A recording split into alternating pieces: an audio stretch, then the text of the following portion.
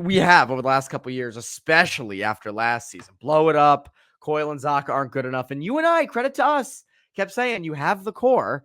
You've got guys like Pastrnak and McAvoy and Swayman and Olmark and Carlo, and you've got guys there, Lindholm. There's no reason to blow it up. You've got elite young talent and you have a good culture. So just build around it. And they have done that. They did that this year on a low budget. Credit to them. Now, when they lose in the second round, we will rip them. But I mean, until then, we gotta we're being honest. Poke the Bear is powered by Prize Picks, the exclusive daily fantasy partner of the CLNS Media Network. And welcome to Poke the Bear, episode 213, presented by our friends over at Prize Picks. Go use that promo code CLNS to get up to $100 back on up to $100 of a deposit. Can't think of a better deal than that. I mean, that is $100 for $100, 25 for 25, 50 for 50. I mean, that is good. Go over Prize Picks. It's great daily fantasy stuff. So go over there. I hope if you guys did it for Tuesday night's game, you took more goals for David Pastrnak, because boy was scoring lots of goals. 3 goals, gets the hat trick. How about that? What was that thing that they threw on the ice? What's that officially called? I saw you tweet about it. I forget what. I mean, I think probably the official way to describe it is a bear suit. Some people called it a bear pelt.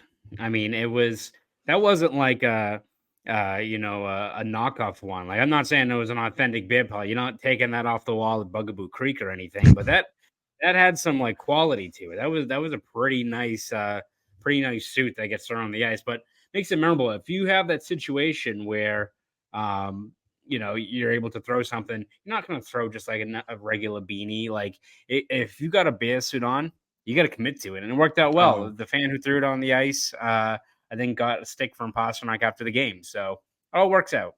Yeah, I would say it'd be awkward if they threw that whole bear suit, then Pastrnak chose a different hat, and then they just kind of swiped up the bear suit. And someone throws like a nice white crisp Stetson on the ice, and he's like, I've been wanting one of those. Or you like Fred Astaire and have it like drop down just your rolling arm. Down. Yeah, someone just watched an entire marathon of Yellowstone and bought a nice Stetson right for the game and threw it on the ice for that. So, yeah, that'd be interesting. But anyways, that's Conor Ryan. I'm Evan Marinofsky. Connor, what is up? Evan, I'm doing well. How you doing? Doing great. I couldn't not intro us. People would be like, man, they didn't say things were great. Evan didn't ask what is up. That's the world's going to fall off its axis if that doesn't happen. So I wanted to make sure that we got that in there. David Pastrnak, though, obviously I mentioned the hat trick against the Senators, 6-2. Did I see TSN mention Chris Kelly as a potential Senators coaching candidate next season? Yes, I actually did see that. And I mean, it would make sense, right? Like, there's a guy who's got ties to Ottawa, is an up-and-coming coach, has a good track record in Boston. That would be a guy that, if you're the Senators and you're looking to, try to add maybe some stability to this team as a whole, Chris Kelly does make a whole lot of sense. So that is definitely something worth keeping tabs on. You look at just, whether it's him, Sacco, who's been here for a while, but is a former head coach and, has a pretty strong track record as well. Like the Bruins, and you look at just their strengths, having an entire roster of talent across the coaching staff here, sooner or later it's going to come due. I feel like we've seen that with the Patriots for years, right? Where they had such a stacked coaching staff. Sooner or later, someone's going to poach them. So that is definitely, I think, something to keep tabs on with a guy like Kelly. Hopefully the Bruins have more success. Hopefully those coaches have a little more success than Pat's coaches did when they left the Patriots. But I mean, Kelly's a good candidate. Young, played the right way, like the exact kind of player that becomes a coach. It's worked out well here. So again, I wouldn't be shocked if he's a name that gets tossed around a ton. When the season ends and the coaching jobs open up. So that wouldn't shock me at all. And this is unrelated. This is a question with Pastrnak, back to Pastrnak, that we've asked throughout the season. And it's, is David Pastrnak a legitimate Hart Trophy candidate? Should he be one of the 3 that gets the most looks at the end of the year? And a lot of people looking at Kucherov or Nathan McKinnon, and those guys have been lights out. McDavid's over 100 points because, of course, Artemi Panarin's been outstanding. But I just, yes, it's hard to pick against a guy like Nathan McKinnon, who, they don't have Gabriel Landeskog, and he's still just, putting up a ton of points. And, Kucherov's kind of doing something similar down in Tampa. But I just keep looking at the situation Pasternak's in. And, you lose, your center. You lose Bergeron and Krejci. And you're at 99 points. Like, to me, fourth in the NHL. Bruins are the best team in hockey right now, which is crazy to say, but they are. I don't know. What do you think? Yeah, I mean, I think Pasternak's going to be right in the thick of it in terms of that conversation, right? And it all comes back to, I think, the player's overall importance to this team and where this team would be without said player. And I think there's a lot of guys who make very compelling arguments. Like, I'd probably say the front runner right now. And I mean, you could also every year we could have this discussion and mention like Connor McDavid of like how dog crap that team would be if he wasn't there. But I think in this situation we had a few other guys step up. Like, I'd probably put McKinnon at the top right now just because I was going to say he'd be my number one. Yeah, he's just been on such an absurd tear. As you said, Landeskog's been out the whole year. Cale Makar's dealing with an injury, and I mean he's still 80%. Cale Makar is still one of the best defensemen in the league, but he still has had some, maybe lapses, or maybe he's just not playing to his regular expectations as to what we've seen from Cale Makar. So a lot more has been put on McKinnon's shoulders, and he's delivered. But you can make the same argument with like the Bruins, especially early on in this year when they had so many different moving parts, so much roster upheaval there, that if David Pastrnak wasn't kind of your offensive cheat code, keeping you ahead of games, giving you leads, there'd be a whole lot of 1-0 games, 1-1 games the Bruins would be trudging through. Like, you look at just how many 1-goal games the Bruins have been in. What happens if you don't have a 100-point, 40-goal scorer and David Pastrnak kind of being the game breaker there for you in so many critical situations? And yes, you can look at the shootout attempts or the D zone play has left a lot to be desired at times, the turnovers, but that's something you take with a guy like Pastrnak who won't fall down that rabbit hole. That's something you take with a guy that offensively talented, that that impactful for your team. And I think again, it's a testament to Pastrnak, right? That, as you said, doesn't have Bergeron, doesn't have Krejci, doesn't have a lot of guys out there.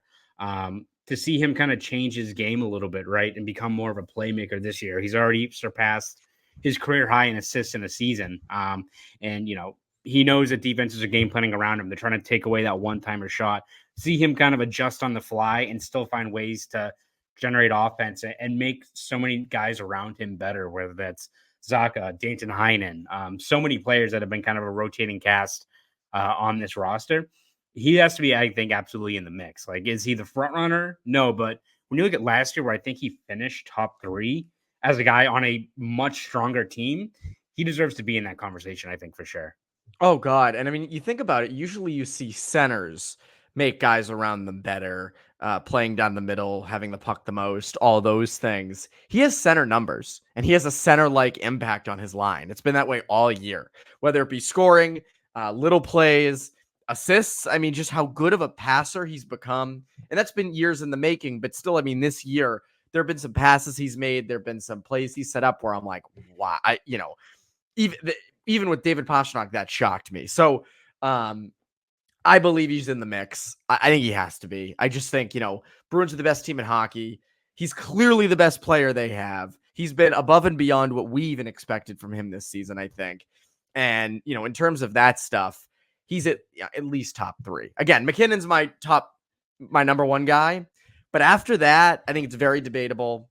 And I think Pastrnak is either, probably in that 3 spot, because Kucherov's putting up some crazy numbers. Kucherov's been ridiculous. Like, that's hard to just, miss. But they've had their issues, but I just think what Pasternak's been able to do, given the circumstances of who they lost last year, it's hard to say that he's not a Hart Trophy candidate when he's been that good.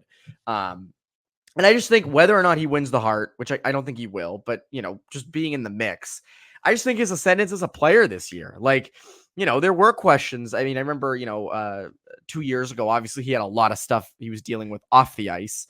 But, he didn't have his greatest season. Then last year he was outstanding. And then this year it's like, all right, well, he was great last year, but now you don't have Bergeron, you don't have Krejci, you don't have guys like Bertuzzi and Orlov, and the team is worse, and he's been even better. And I think he has been worth every penny of that money. And I'm really curious to see what his playoff performance is like this year. I hate the narrative of Pastrnak is not a playoff player. And it's like, would you look at his stats? Would you please look at his playoff stats? I believe he's well over being a point per game player in the playoffs. Yeah. I don't have them right in front of me, but it's stuff like that always I'm like, or like when we've done this before, like, well, shootout move, there was a lot of effort in it. Or overtime, there was a lot of effort in his breakaway. And it's like, he keeps it simple. It's, I don't know, like that's just his game. Yes. Sometimes it works, sometimes it doesn't. So I see him as a legitimate Hart Trophy candidate, especially, again, 3 goals against the Senators. That's another day at the office for one David Pastrnak. As I said, you guys would have been smart to go to Prize Picks for this, but don't miss out on it. And so here's a quick word from our friends over at Prize Picks. Football season may be over, but the action on the floor is heating up. Whether it's a tournament season or the fight for a playoff home court, there's no shortage of high-stakes basketball moments this time of year. Get in on the excitement with Prize Picks, America's #1 fantasy sports app, where you can turn your hoops knowledge into serious cash. Testing my skills on Prize Picks this season is the most exciting way to play daily fantasy sports. If you have the skills, you can turn $10 into $1,000 with just a few taps. Prize Picks is really simple to play, and I can make my picks and submit my entry in less than 60 seconds. Download the app today and use code CLNS for a first deposit match up to $100. Use the code CLNS for the first deposit match up to $100. Pick more, pick less. It's that easy. Kevin Shattenkirk, by the way, had 3 assists on Tuesday night. I was kind of surprised by that, but good for him. Someone else who had quite the game, Justin Brazeau, 2 goals. This guy keeps killing it. It's always around the net for him. He's so good at just getting in there and just digging, head down, nose to the grindstone, getting dirty in the dirty areas. I mean, he's like he's a hockey coach's dream. 2 goals last night. He's continued, every game I feel like for him on the 4th line's been good. Could he be fighting for potential 3rd line minutes? I mean, yeah, I think he's probably in that mix, right? You look at, and on the game on Tuesday, Van Rinkside gets scratched. He's been dealing with, like an extended illness that I think has probably played into his extended kind of slump here. And he's also a guy that's had a lot of mileage. You hit the point where maybe you want to give him a little bit of a rest before the playoffs. But yeah, Brazeau, I think you look at his skill set and like he fits on either one of those lines in terms of what I think they're trying to build, right? Like that 4th line, we've mentioned it before, can really be interchangeable if they have a whole, assortment of players out there, right? Like you can go speed with guys like Boquist and Beecher and Lauko.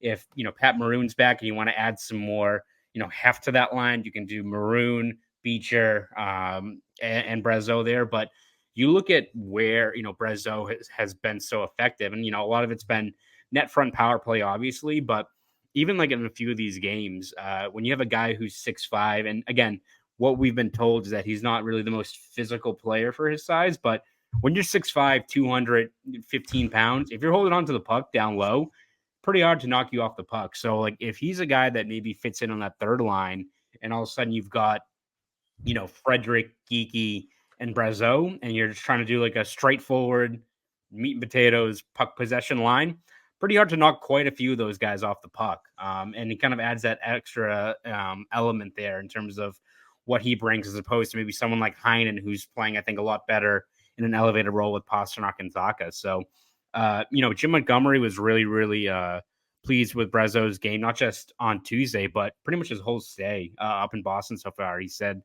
out of, I think, the 13 games Brazeau has played, only 1 game stood out to him where he left thinking that he needed to show a little bit more. So if you're a rookie who, again, was kind of under the radar, we weren't really putting him on our watch list out of camp or anything like that, to get kind of called up, and it was a bit of a surprise when it happened, and to really earn his spot here and not really, find himself, getting knocked in and out of the lineup, getting called up by Montgomery of wanting a little bit more. Like, again, Brazeau's not reinventing the wheel. He's not doing anything maybe unexpected for what he projects as a player in the NHL, but what his skill set is something I think can be used on either one of those bottom 6 lines.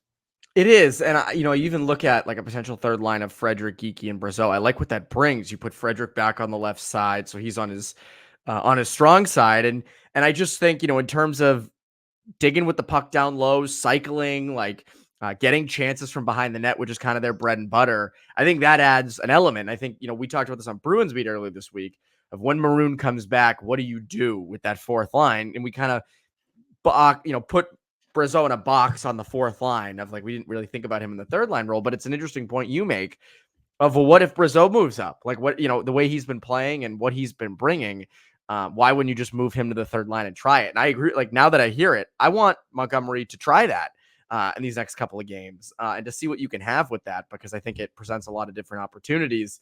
And I think it goes to show you it adds size, which I think is, a good thing to have there. And he has pretty good hands for a big guy. And as you mentioned, like he might not be the most physical guy, but hard to knock a guy who's 6'5" off the puck. And if it is, then he's not going to be in the NHL. So Brazeau has been a really nice surprise throughout the year. I want to dive into goaltending, and I want to dive into the 7th player award. But before we do that, quick word from our friends over at Factor Meals. Get started on your New Year's resolutions with Factor, so you're ready for the new year. Factor's ready-to-eat meal delivery takes the stress out of meal planning and sets you up for success in the new year. Skip the grocery stores, prep work, and cooking fatigue. Instead, get chef-crafted, dietitian-approved meals delivered right to your door. With over 35 meals to choose from each week, including options like keto, calorie smart, vegan and veggie, and more, plus over 55 weekly add-ons, you'll have a ton of nutritious and flavorful options to kickstart your resolutions. No more wasting time in the kitchen. Not only does Factor offer fast, simple solutions when I'm too busy to cook, they also help me stay on top of my goals. With offerings like Protein Plus and Keto, I can stay on track. This is definitely going to come in handy for my New Year's goals. So head to factormeals.com/poke50 and use code POKE50 to get 50% off. That's code POKE50. Factor Meals, your go-to ready-to-eat meal delivery service. And now, let's get back to the show. So Linus Ullmark got another win on Tuesday night, beating the Senators. I know they're still, they're Ottawa. It's not, they have some pretty good young guns, though. I mean, that team, like in the next couple of years, should be good. I feel like we've been saying that about them and the Red Wings and the Sabres, like for the last 3 years. We've been like, they're gonna next year, or like the next couple of years, they're gonna be really good. So we've been kind of like a decade. That. It feels like it's been forever. It's crazy to think that Senators team that went to the Eastern Conference Final in 2017 kind of just fell apart. Like they just traded off like every single piece, and that was that. Whole lot of good players. And again, also I think harkens back to, was it even just a year ago or 2 years ago? People were like, Bruins blow it up, complete rebuild. Stay in the picture. Like again, stay in the mix when you've got guys like Pastrnak and McAvoy and the goalies and all this. Keep on retooling on the fly. Keep on building around kind of your base of star talent and stay in the mix. Because one, it's hockey. Anything can happen. And these are a couple of teams that I think ideally, are motivated to get back into the picture. Like the Red Wings are a prestige franchise, and they've been scratching and clawing to get back. Look at like the Flyers, a proud franchise that's working on that. And they've got like Cutter Gauthier and all this other stuff you got to deal with along the way. Like it's so tough to get back into a spot where like everything has to go your way, or you got a young base of talent to look to the future towards. So Bruins fans, don't hope for a rebuild anytime soon. Like keep on retooling, keep on staying in the mix, because all these teams, we're still waiting to see them break through, and it hasn't been the case yet. Well, that's the thing. And you even look at like Buffalo. Like Buffalo's this team that has a very proud fan base, and they're not original six, but they're still, the Sabres are usually the number one thing up there. And for the last, almost 15 years? What's the playoff drought at now? Last time was like 2010, I think, when they lost to when they lost to the Bruins. Miro the hero. Miroslav Shatan ended the Buffalo Sabres as we know it, along with Milan Lucic running over Ryan Miller. But again, we have over the last couple of years, especially after last season, blow it up. Coyle and Zaka aren't good enough, and you and I, credit to us, kept saying you have the core. You've got guys like Pastrnak and McAvoy and Swayman and Ullmark and Carlo, and you've got guys there, Lindholm. There's no reason to blow it up. You've got elite young talent, and you have a good culture. So just build around it. And they have done that. They did that this year on a low budget. Credit to them. Now, when they lose in the second round, we will rip them. But I mean, until then, we got to we're being honest, which is what we always aim to do. Speaking of in net, so Linus Ullmark beats the Senators on Tuesday night. Bruins play the Rangers on Thursday in a pretty big game. Do you think Ullmark should get the nod again? I think if there was a time to do it, to deviate and see how you can, have some flexibility with that goalie rotation, feels like a perfect opportunity to do so, right? I mean, Ullmark's, won 3 straight games since the trade deadline, and all that stuff's been put past him. He's sporting a .956 save percentage over that stretch. Swayman has, I think like a .902 save percentage since the All-Star break. So he has taken a little bit of a step back here. So, and again, this is what we talked about on Poke the Bear, right? Or on Bruins Beat, looking at this goalie rotation. It's not something where it has to be strict, like one start, 50-50 reps. Like you can at the ideal times roll with a guy for 2 straight games. If that allows you to keep the hot hand in net and get that, anxiety, that internal competition brewing with the other goalie who's like, all right, my game's kind of hit a low right here. I gotta get my stuff together here before, I lose even more reps. Like, it's not like it has to be one extreme or the other. It has to be 50-50 reps, or Ullmark has 2 good games in a row. He's going 8 straight games now. Like, it's almost like when you have this unorthodox, weird rotation and you have the luxury of 2 number 1 goalies, you can, augment it however you want to best put your team in a position to win. So you look at this Rangers team that's right up there with the Bruins in the standings, very dangerous team. If Ullmark's playing at a high level right now, see how he does in a situation where he's get back-to-back stats, see how he performs, see how Swayman responds from that.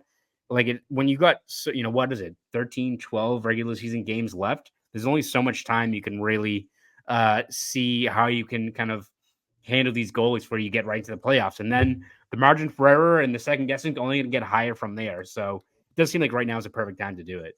It is. I mean, again, like this isn't the playoffs. This is when you try these things. Ullmark clearly has been the better goalie for the last, week or so. So yeah, I'm fine with it. Because it also, like you mentioned, it could motivate Swayman too. Like, all right, balance is starting to shift. I got to up my game. I've got to be a little bit better. Swayman for most of the year has kind of been the presumptive game 1 starter. Now, I don't know if that's the case. I mean, I look, I want to see Swayman get his chance in the playoffs before game 7 of the first round. But I still, like, if Ullmark is going to be this hot, like, you got to go with the hot guy at least to start. So we'll see about that. The 7th player award. This is always a fun one. As the Bruins 7th player award is rapidly approaching. I went on and looked Nesson.com at kind of the guys you can vote for. Parker Wotherspoon has worked his way in. Charlie Coyle's in the mix for it as well, which is like debatable considering he's like a top line center, but whatever, they make the rules. We don't. We bow to authority. You know how it is. Yes. Right now, who is your 7th player award winner? I mean, it's a testament to, I think, this Bruins team that you got a lot of pretty convincing candidates in terms of, low value signings that have worked out well. Like even, I don't know if Coyle will win it, but there's plenty of credit for being a guy on pace for career highs and stepping up and making that vacancy, left by Bergeron. Again, he's not going to be Bergeron, but you look at the production, how he's driven play. How he's going to be better. He's going to be better Yes. than Patrice Bergeron. Yes, exactly. We'll clip it. We'll clip it. But he deserves plenty of credit for that, for stepping into that spot. But if I had to go right now, I'm going to go with Danton Heinen, just in terms of this is a guy that is making, league minimum, was kind of viewed as, a guy way on the outside looking in. The Bruins signed Alex Chiasson to a PTO deal before Heinen even. That's right. I always forget about Chiasson. Yeah, like they had, Heinen, impresses during the preseason, still has to wait like 2 weeks before he actually can sign that contract, and then comes in and is on pace for 17 goals, surpassing 30 points, and it's kind of fit in very well, kind of wherever they put him. Like we already know from the first stint here where Heinen can be a really versatile player for this team, but even especially as of the last couple of weeks with Pastrnak and Zacha, and if you probably told people that were looking for a rebuild before the year starts, I'm like, no, they're going to put in Danton Heinen with Pastrnak and Zacha. People be like, "Holy shit, we're not watching this season." And again, he's kind of fit in well wherever it is, especially when you factor in that price tag. So, I look there's other very deserving candidates like Geeky's been really good. He's the guy right in the mix. JVR has been really solid for most of this year, especially only making $1 million. But I don't know, I feel like JVR is a guy that's produced before. You look at Geeky, that's a guy that you looked at his reps and how he's used in Seattle. He's a guy where you're like, all right, this guy just averages another 3-4 minutes of ice time per game here with the Bruins. Like, the production should uptick as well. Heinen, who couldn't land a deal for anyone, this past offseason, to come here on that deal and really produce and fill out a role wherever need be. I think he's right now my running favorite for a 7th player. He probably is the favorite, given the circumstance you mentioned of he kind of was like the kid on JV, hoping to get the call up to varsity for a while. I want to go off the board. Ooh. I want to say Brandon Carlo. Just because Geeky's another one. Geeky would be my runner-up, kind of along with Heinen. Similar kind of, I think Heinen's been a bit more just given the circumstances, but Geeky's been there as well. But Brandon Carlo, how good of a shutdown defenseman he's been this year. There's been some instability on the back end. There's been injuries. He's had his own injuries in the past. There were a lot of questions about Brandon Carlo, coming into the last couple of years with his concussions, and his play had sort of, not gone where they wanted it to go. He'd struggled a bit.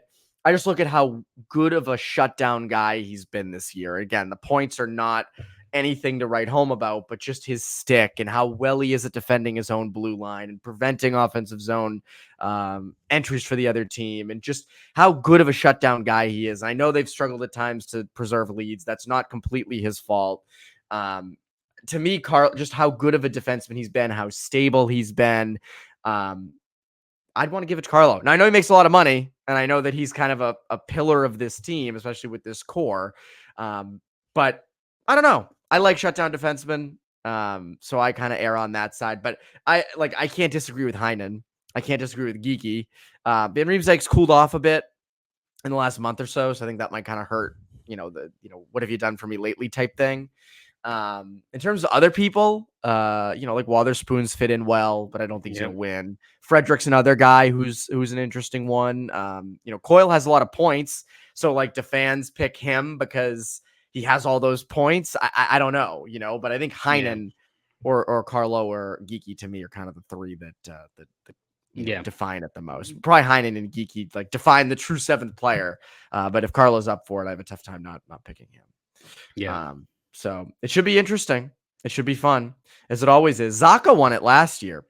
He did. And so Zacha, I will say Bruins fans have, I think, got a lot better with 7-player award voting. I remember it used to always just be the guy who all of a sudden breaks the 50-point barrier is nah, it's that guy. Or it's it was McAvoy, who was early on was not a 7th player. Pastrnak has won it. You had Chris Wagner won it one year. I think Coyle won it his first full season with the Bruins. They're doing a better job at finding these guys that are, maybe not the headliners, but have done plenty to, become fan favorites, make an impact, and do maybe some of the little things that help this team win. So hopefully people, whether it's, Heinen or someone else, recognizes those players that have taken a big step forward and really helped out this team this year. They're listening to us. That's what it is. It's we've our ideologies have been placed into our listeners and the fans, which is great. Anyways, Connor, what can the people look forward to from you over at the Globe and Boston.com? Yeah, we're gonna have you covered every step of the way from now until the end of the year. We're gearing up for the playoffs, as all of you guys are. So we're looking at whether it's lineup decisions, breakdowns of potential first round matchups, the goalie rotation, all that stuff. We'll break it all down over at Boston.com and the Globe. And if you want to follow me on Twitter, you can at Conor Ryan _93. Go do all that. I'm sure all the discussion around the goalie rotation will be completely rational, which will be fun. Of course, as it always is. Of course. Anyways, that's Conor Ryan. I'm Evan Marinofsky, presented by Prize Picks. You Poke the Bear listeners. Have a great rest of your week.